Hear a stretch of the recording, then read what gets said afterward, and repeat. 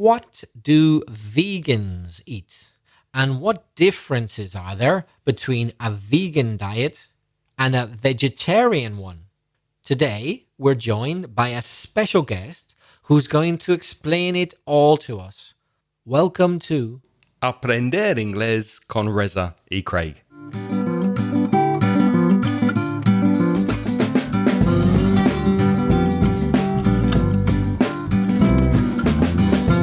Hi, I'm Reza. And my name's Craig. And together with nearly 50 years of teaching experience between us, we're going to help you improve all aspects of your English and take it up to the next level. How are you, Reza? I'm very well. How are you, Craig? I'm pretty good, and we have a special guest with us here in the podcasting studio. Who's here with us, Reza? Well, who have we got here? None other than Coco's sister. Coco the dog has a sister, and she's here today. It's Agata. Hello, Agata. Hi. Welcome to the podcast. Thank you. So this is Agata, my adopted daughter, Coco's sister. You're not a dog, are you? No, let's clarify that. I'm a human being. With a very good level of English. So welcome to the podcast, Thank Agata. you. So today we're speaking about vegetarians and vegans. And I know that you are a vegan. Yes.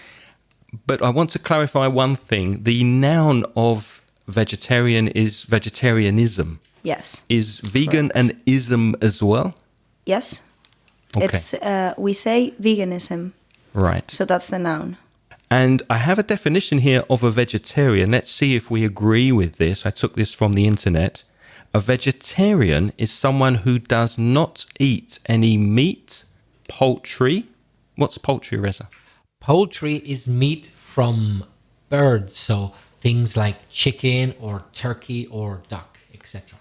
Or fish or shellfish, marisco, or byproducts of animal slaughter. To slaughter means to kill, so no killing of animals. Agata, is that more or less a reasonable definition of a vegetarian? Yes, I would completely agree with that definition. Okay, cool. So how would you define a vegan? So for me, a vegan is someone who doesn't eat or doesn't use anything that comes from an animal, basically. There are exceptions and different levels of veganism. I know people who just focus on the diet aspect and they don't consume any animal products.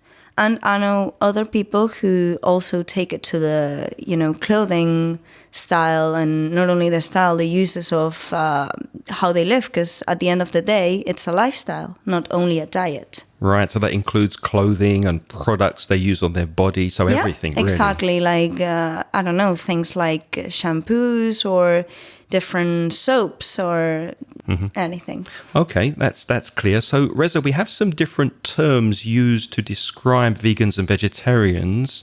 What are they? Because some of them seem confusing to me. Yes, so we've defined the main difference, but there are some special cases, let's say. For example, you might be a lacto-vegetarian. So that's not a vegan, because if you're lacto, you consume dairy products. So lacto, is that Latin for milk? Yes, it sounds like Spanish, doesn't it? Yeah. And we got that word in English, lactic acid. You find that in milk, don't you? So lacto-vegetarian is someone who is a vegetarian but will consume milk. Agata, what's an ovo-vegetarian? They would be a vegetarian, but they consume eggs. So ovo must be the word for eggs in Latin. And we find that exception in vegetarianism. So I think I can guess the next one because it's lacto-ovo-vegetarians. I'm guessing that they can eat milk products and eggs also. Yes, which would be most of the vegetarians. Because for me, that would be the main difference. Vegetarians would eat dairy products and eggs, but never meat or fish. And then you find another ones who would also eat fish, but not meat, which I think there is another word for those, for the ones that only eat fish. Yes. Have you heard the word pescatarian? Yes, Pescatarian. that's one. I think that's quite a new word, or it's only really been popular for the last 20 years or so. People who are vegetarians, with the exception that they eat fish. Because fish are cold-blooded, maybe. So that's the line they draw. They say, okay, I won't eat any warm-blooded animals, but I will eat fish because they're cold-blooded. Do you know any pescatarians? I've known some. I can't think right now, but I've known people who've defined themselves as pescatarians. Yes. Before being vegan, I had a phase of just eating fish before I gave up meat. Did that include shellfish? Yes, I was a big fan of shellfish as a Spanish person, which is very common, here in Spain. Do you miss it? Do you miss the taste? No, because now I link it with something else. Like now I wouldn't see the difference between fish and a cow, for example. Like I see it as a whole. So for me, it's difficult to miss something which includes everything as a whole. Okay, that's clear. I think we're going to get into that a bit later and discuss the theoretical side of it.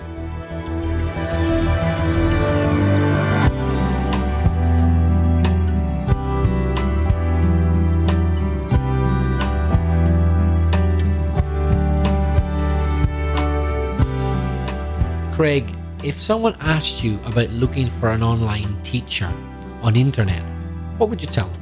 I would have no hesitation in recommending ITalkie if you're looking for an online teacher. You can't really go wrong because in the end of the day, you choose the teacher. And it's very easy to use ITalkie. You go to their website, you register, and you choose a teacher. So ITalkie is a website that brings together teachers and students online. Now, when you get to the website, you can see the teacher's video introduction. You can read reviews from students who have studied with various teachers, and then you can filter the teacher that you're interested in having by price, by location, the qualifications, the accent of the teacher, their availability when you want to study. Then you schedule your first lesson. You choose a date and a time that's convenient for you to take a lesson, and then you connect with the teacher you've chosen, which is usually on Skype or Google Hangouts or Zoom or other online video chat software. So why don't you try it? Why don't you go to our website, inglespodcast.com, click on the iTalkie image or link, and you'll go straight to their website. And iTalkie are offering a $10 credit if you sign up through our webpage, inglespodcast.com, and click on their link. And thank you very much, iTalkie, for sponsoring Aprender Inglés con Reza y Craig.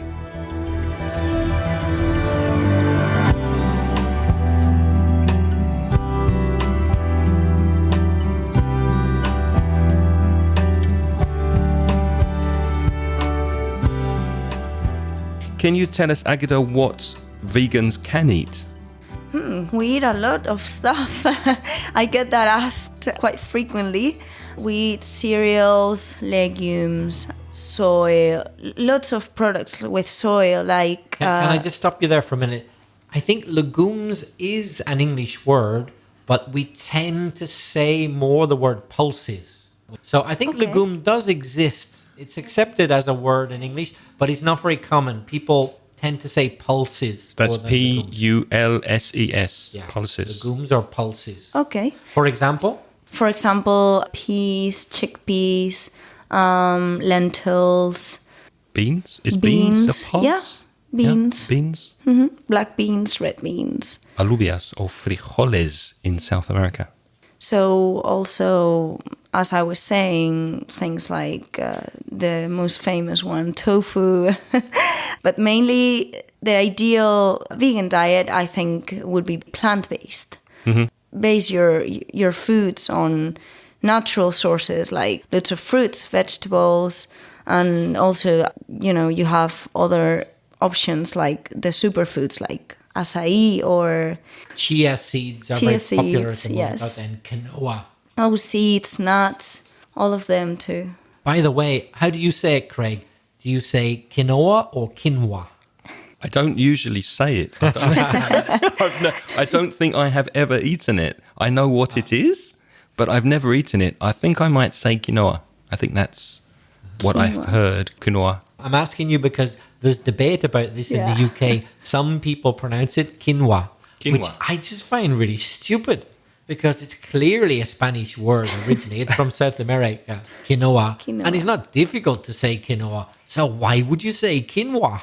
I don't know, but some people pronounce it quinoa for some reason. It's like some people go shopping in Lidl's, but some people go shopping in Lidl's because it sounds more expensive. Yeah. Lidl actually has a lot of vegan products. Yeah, when I was doing a little research, I also noticed two other things. I don't know if you eat seitan, which is wheat gluten, and tempeh, Tempeh, which I think is soya beans fermented in banana leaves. Yeah, I would eat tempeh, but not seitan. Because also, apart from being vegan, I don't eat wheat. So, because I think wheat is a very processed cereal nowadays. So I would prefer to eat tempeh. So tempeh, it's kind of like tofu, but it's a different fermentation process to make it, right? Yes, it's less processed. Okay. And seitan, that's very processed, isn't it? Seitan would be very processed, Yeah. yes. And because it has gluten, you don't eat it because you don't eat gluten. The fact that she doesn't eat gluten is nothing to do with being a vegan, by the way. You can eat vegan. Sorry. You can eat a vegan. You can eat a vegan, they're very tasty. But that's called cannibalism. We'll talk about that in another episode. And we'll invite one to come and talk if we can find one. Can you watch? Today, I guess you can eat gluten without any problem and call yourself a vegan. Yes. It just so happens, that means coincidentally, Yes. Agata doesn't eat gluten. So there's no connection between the two. So some vegan products have gluten, some don't. Seitan has gluten, so that's Yes. why Agata doesn't eat it. I bet you eat a lot of nuts, do you? I love nuts. Yeah. Well, Can you give me an example of your favorite nuts? cashew nuts, which are very useful for making vegan cheese. And also walnuts. I don't know, I eat a lot of things. If I remember well, I think you're another addict like myself of pistachios. Is that right? Yes, I love pistachios. Me too. I would call myself a pistachio junkie. I Yes. fully admit it. And there's another thing which often divides British people down the middle. You either hate it or you love it, and that's Marmite. And I think in Australia it's called Vegemite. So Alberto, if you're listening, you probably know Vegemite. I hate it. What about you, Reza?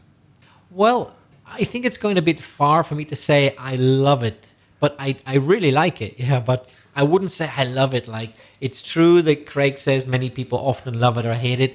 I am not passionate about it, but I do like it. I do like it. But some people have it on its own, spread, that's untar, on toast or bread. For me, it's a bit too strong on its own. I would mix it with a bit of butter first, which is not very vegan, obviously. Yeah, but I like the taste. And I know plenty of people who do, eh? Plenty of people. That's like putting some vodka in a non-alcoholic beer. No, but honestly, a lot of people do. A lot of people put Marmite. In fact, I saw someone do it this morning. A lot of people do put Marmite on top of butter, which is not vegan, but it's particularly good with peanut butter. Wow. Peanut butter plus Marmite, I love. But on its own, I find it a bit strong. What was that dish you made which you said, oh, with vegan mayonnaise, but it had fish? Yeah. Vegan mayonnaise. The other day with a friend of mine, we cooked some hake, merluza fish, and we put on top of it vegan mayonnaise. Oh, it sounds disgusting. No, it was delicious. In fact, we did an experiment. We did a couple of pieces of fish, and on a couple of fillets, we put normal mayonnaise, and then there wasn't any left. So in the other couple, we had to use vegan mayonnaise, and the one with vegan mayonnaise was much nicer. Just to clarify, if you have never heard of Marmite or Vegemite, it's a spread, as Reza said, and it's made from yeast extract. What's yeast in Spanish? Levadura. Levadura. So they extract the yeast extract, and it's very, very popular with vegetarians and vegans. Do you like it? I like nutritional yeast, which has like a salty, cheesy taste. Very strong taste. Yeah, but it's very rich in B12 as well, so it's very nutritious. Right. B12 is this big thing with the vegetarians and vegans. Is that because that's in meat and you're not eating meat, so you need to make sure you get a daily intake of that? Exactly. So it's very important to maintain nervous system healthy and right. Yeah. How long have you been a vegan? I've been vegan for 5 years. And why did you decide to take that decision? So it started because of health reasons. Mm-hmm. It's sort of strange because veganism starts from ethical reasons. Yes. But the health reason was my main aspect to become a vegan. So I guess if you become a vegan, you really need to study vitamins and the body and what the body needs to make sure that the diet is balanced and you're getting all of these vitamins. Yes, exactly. Because normally whenever a person turns vegan, they lack calories because normally, you would eat a steak or a piece of chicken, which has, 300 calories. But it's very difficult to get that from plant-based foods. So you need to make sure you double the amount of food you're eating. Mm-hmm. This is very important. And to know exactly all the nutrients that you're getting, like it's impossible to turn vegan and just eat rice and lettuce.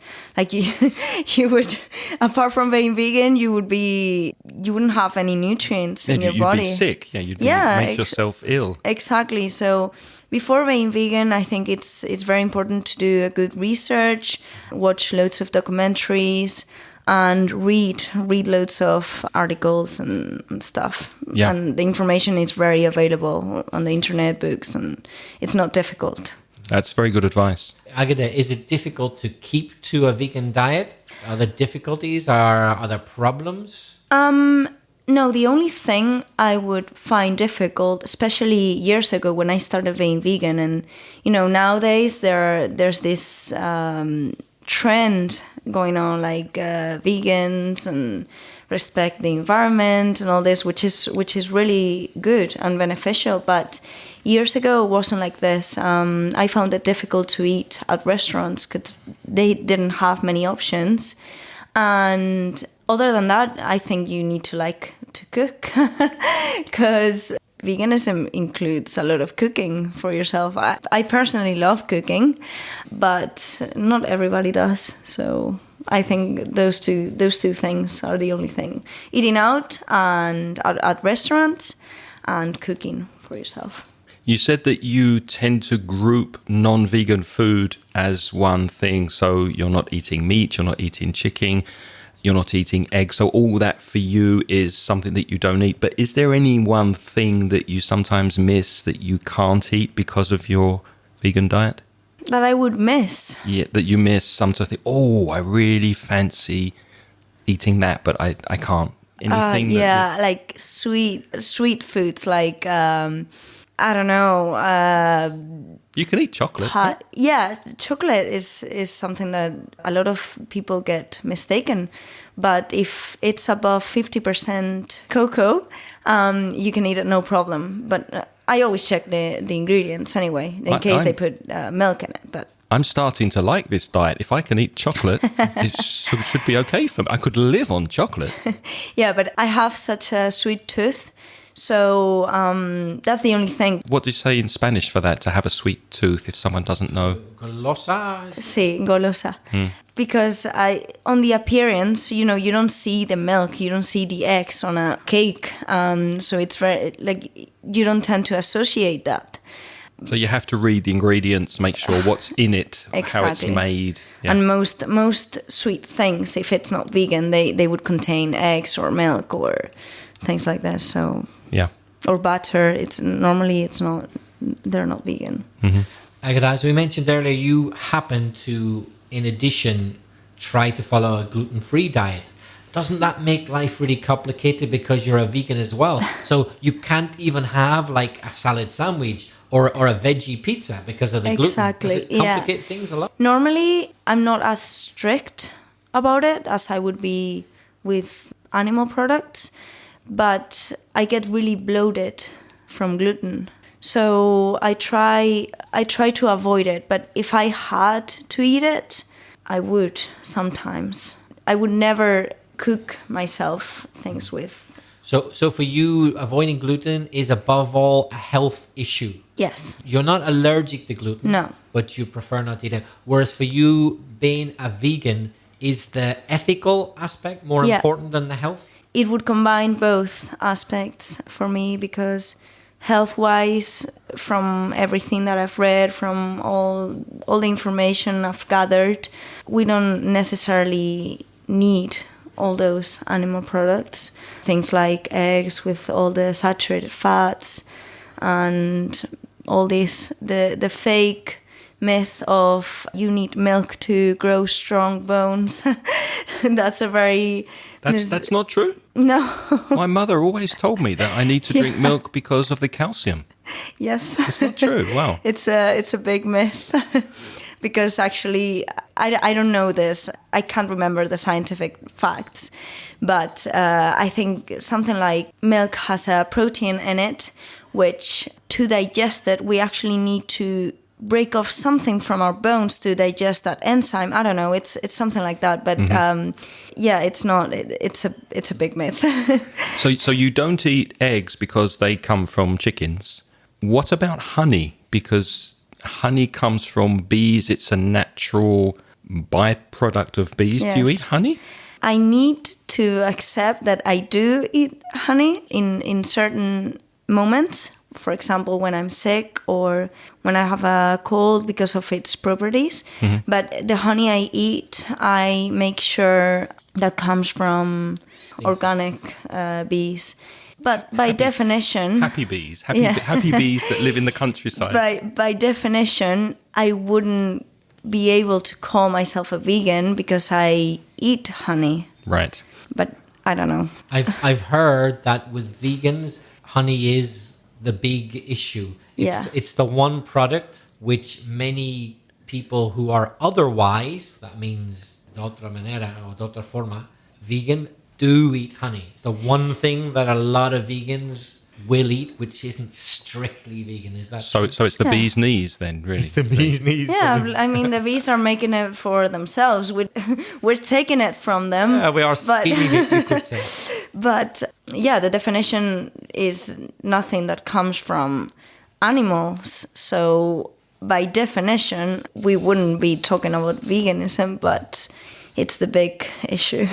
Apart from breaking the strict vegan diet for honey, is there any other thing you would consider in special circumstances breaking your vegan diet to have? Like if you were in an extreme situation? No. No.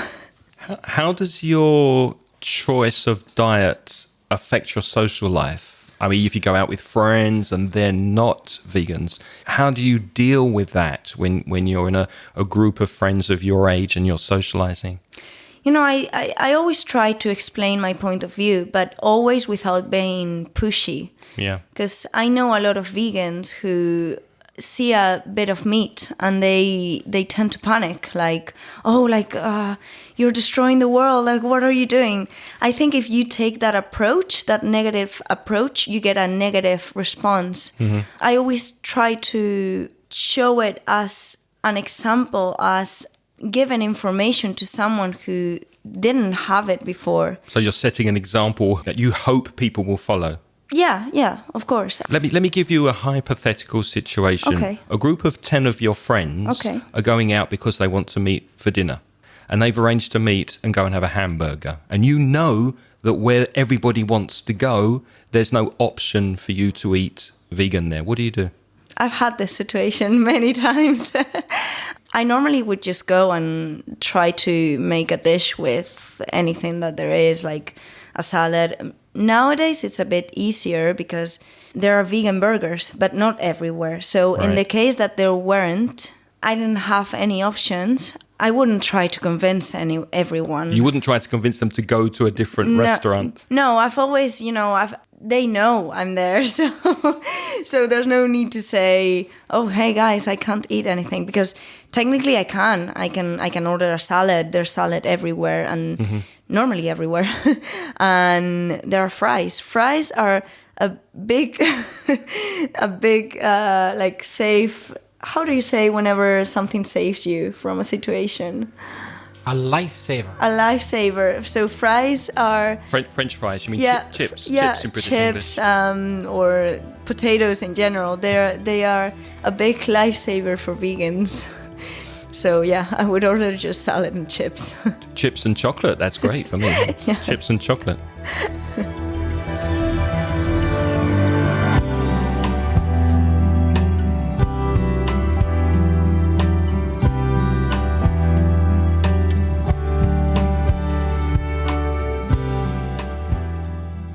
A thing I quite often buy is organic meat. I'm interested to know your opinion as a vegan. I'm not a vegan. I'm not a vegetarian. I eat meat, although not a lot. For me, I see a difference between organically produced meat, which I suppose means that the animal has been treated under certain circumstances, hasn't been given certain artificial hormones and certain artificial antibiotics, etc., compared to intensively farmed non-organic meat. For me, there's a difference. For most vegans, is it the same? Meat is meat, and it doesn't really matter if it's organic or cheap or expensive or high or low quality. How do you see it?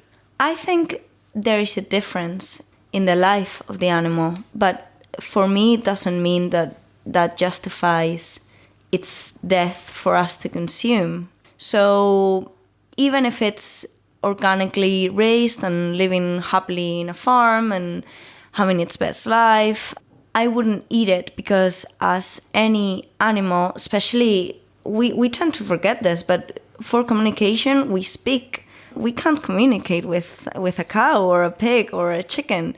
We don't know what they're feeling. I think as a sentient being, they don't want to die. So even if it's living happily in a farm, as I said before, as vegans, we just see it as death anyways. Like they're dying for our need, which is unnecessary these days, because we have so many products which we can change or replace. So I guess I was going to ask you another question, but you kind of already answered it. Let me check. If you had to choose between supposedly high quality, organic, ethical meat and really low quality, cheap, from dubious origins, filled with chemical pesticide vegetables, you're going to eat the vegetables. I would probably eat the vegetables, because they are. I mean, yeah. Because you're not killing anything. Yeah. This is another big issue when we say we are plant-based. We get the typical, oh, plants are alive. They are beings as well. Yes, they are. They are living beings, but they're not sentient beings. That's the difference with their nervous system. They don't have a response to pain. If you take the paw of a puppy and... What's the paw? A paw is like the leg, right? Mm-hmm. The leg of a puppy. Well, yeah. More like the hand. The hand, yeah. Yeah. If you place it near a fire, for example, the puppy's reaction would be to take it away immediately, because it's hurting them, just as we feel pain. Instead, with a plant, I don't think you're gonna hear it scream, or they're not gonna move away from the fire. So that's the explanation I would give to that. Okay, thank you. Let's change, and I would like to ask you this question, because when I feel sad or depressed and I want to cheer myself up and feel happier, I usually have a piece of chocolate or maybe a nice hamburger or some pizza with some sausage on top. What's your vegan comfort food? What do you go to? What do you eat when you want to eat something really nice? It really depends on the mood, the season. My diet tends to change a lot also from winter to summer. In winter, I really feel like cooking these big plates of pasta with loads of like sauce. You can veganize Pasta without gluten. Yeah. Gluten-free pasta. Gluten-free pasta, like spelt pasta or red lentil pasta. That's a thing now. Okay. Yeah. I love that. I love lentil pasta. I've never had it. Lovely. It's basically pasta made with lentils. Lentils. And there's a thing that's been around for years called orzo, which is rice pasta. Yeah. It's been rice eaten in pasta as Italy well. for years. Yeah, so I was saying it changes from seasons. Like in the summer, I would feel like a really cool smoothie, for example. So Depends on the season. depends. Yeah, depends on the season. Depends how I'm feeling. Also, Can you eat ice cream? Yeah, I can make ice cream. But would you eat it in an ice cream shop, worried about the ingredients? Chocolate ice cream. You make chocolate ice cream? Sometimes they have pure chocolate ice cream without any milk. Yeah. But I tend to ask always before. Okay. Yeah. Can I ask you a question? Something that's been on the news recently quite a lot. I'm sure we're going to hear a lot more about it. We're eating too much meat, and those of us who eat it, and we can't keep up with the demand. So there's a lot of research these days into making edible insects, and it's partly because we can't keep supplying the meat that people want at the minute. So governments all over the world and the United Nations, and they spend a lot of money in this, in trying to produce edible insects. And a lot of vegetarians really promote this as a way of not killing so many animals. What's your opinion? It might sound silly, but for me, an ant or grillo, ¿cómo se dice grillo? Cricket, or a cricket would be quite similar to, okay, not the same, but it's still an animal. So for me, it would be impossible to eat that. Still, apart from being quite disgusted to it from our culture, we're not used to eating those things. Another thing that links into the veganism reasons, our culture. Culture is a big factor. Yeah, because insects are a staple diet in many Asian and Eastern countries. Yeah, a staple exactly. diet, it means a diet that's a regular kind of habit to eat crickets and cockroaches and grasshoppers in China and other Asian countries. It's very common. They love it. For example, in India, cows are sacred, so they don't eat them. In China, they eat dogs. So it all comes down to culture.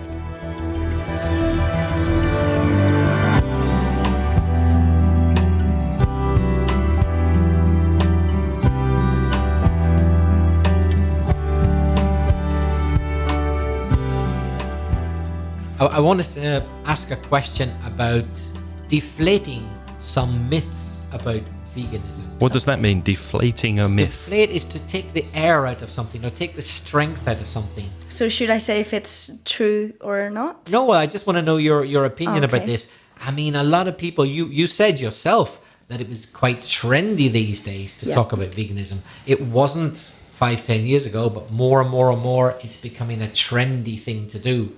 And people often assume, oh, if it's vegan, therefore it must be good for you. No, it can't be bad. But I've got a bit of a hobby horse. A hobby horse is like an obsessive thing about this myth. A hobby horse. That this is not true.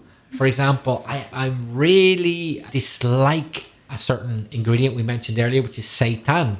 I wouldn't eat it for all the tea in China. What does that mean? All the tea in China? That expression means under any circumstances. There's a lot of tea in China. You could pay me and I wouldn't eat it. Yet you see it marketed as if, oh, we have seitan in the menu in this vegan restaurant. Aren't we healthy and aren't we great? And I think, no, the opposite. I'd rather just have a piece of bread because seitan has more gluten in it than bread. And it's one of the most highly processed ingredients there is. And I think a lot of people don't know that not all vegan food is natural. and not all of it is necessarily good for you. Just before you answer, Agatha, one quick clarification. Seitan is wheat gluten made by rinsing and cooking wheat dough, that's D-O-U-G-H, to remove the starch. Starch in Spanish is? Almidón. Thank you. Very good. So that has been removed. Yes, it's very processed, and we need to clarify that not all vegan products are actually healthy. I mean, you can still be vegan and be unhealthy. Did you feel healthier 5 years ago when you switched to a vegan diet? Much, much healthier. How did you notice, or what did you feel when your body started to change? Wow, like energy levels, that was the big thing. Energy levels, like I was hyped all the time.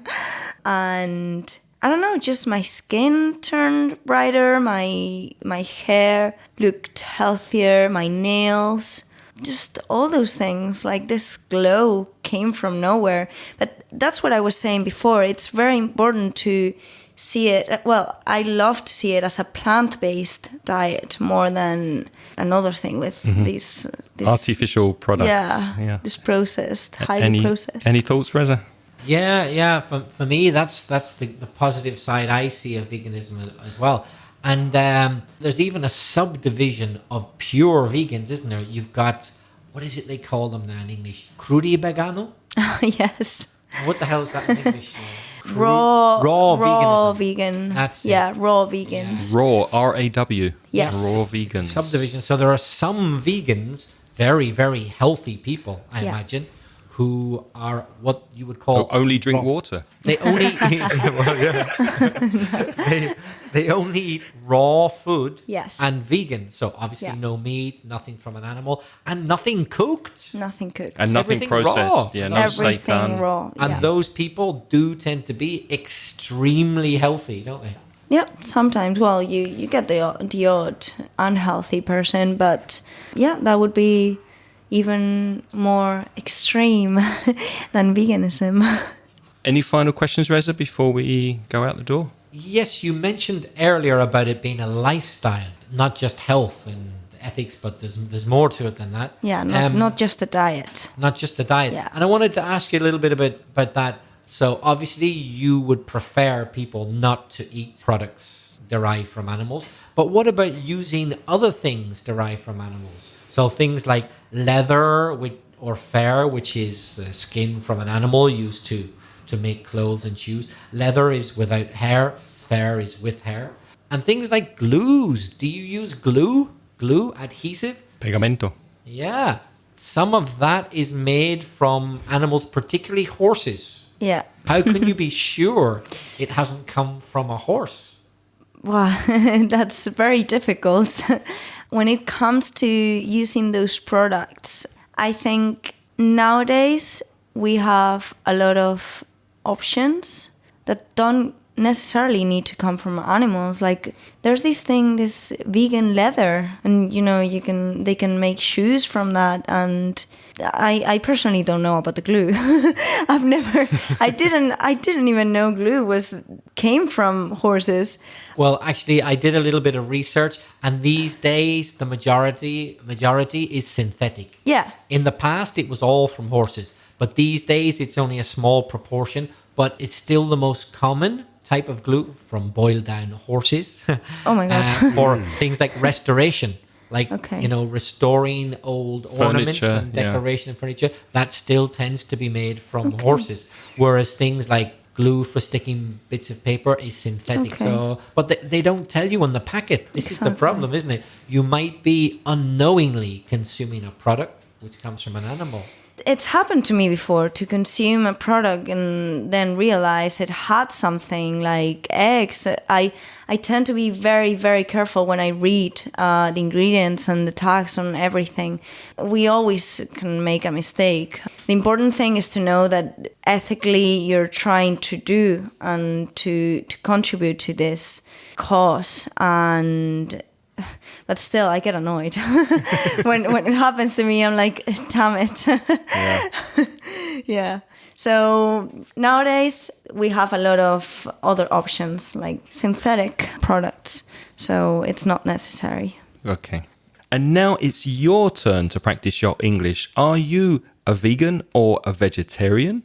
How difficult is it for you to be one where you are in the world? Do you have access to restaurants and products in order to keep your dietary habits? We would love to hear from you. So please send us a voice message. You can do that by going to SpeakPipe. That's speakpipe.com/Ingles podcast. Or send us an email with a comment or question. You can send one to Craig. Write that email to craig@inglespodcast.com or to me, belfastreza@gmail.com. And we'd like to thank all our patrons who are supporting us on the podcast. You can join our Patreon program for a minimum of $1 per month. And with that, you get instant access to recent transcriptions transcribed by Angelica. Go to patreon.com/Inglespodcast. We'd love to name all our patrons, but unfortunately, we don't have time or space. But we will say thanks to our most recent Patreon supporters who've joined in the last month.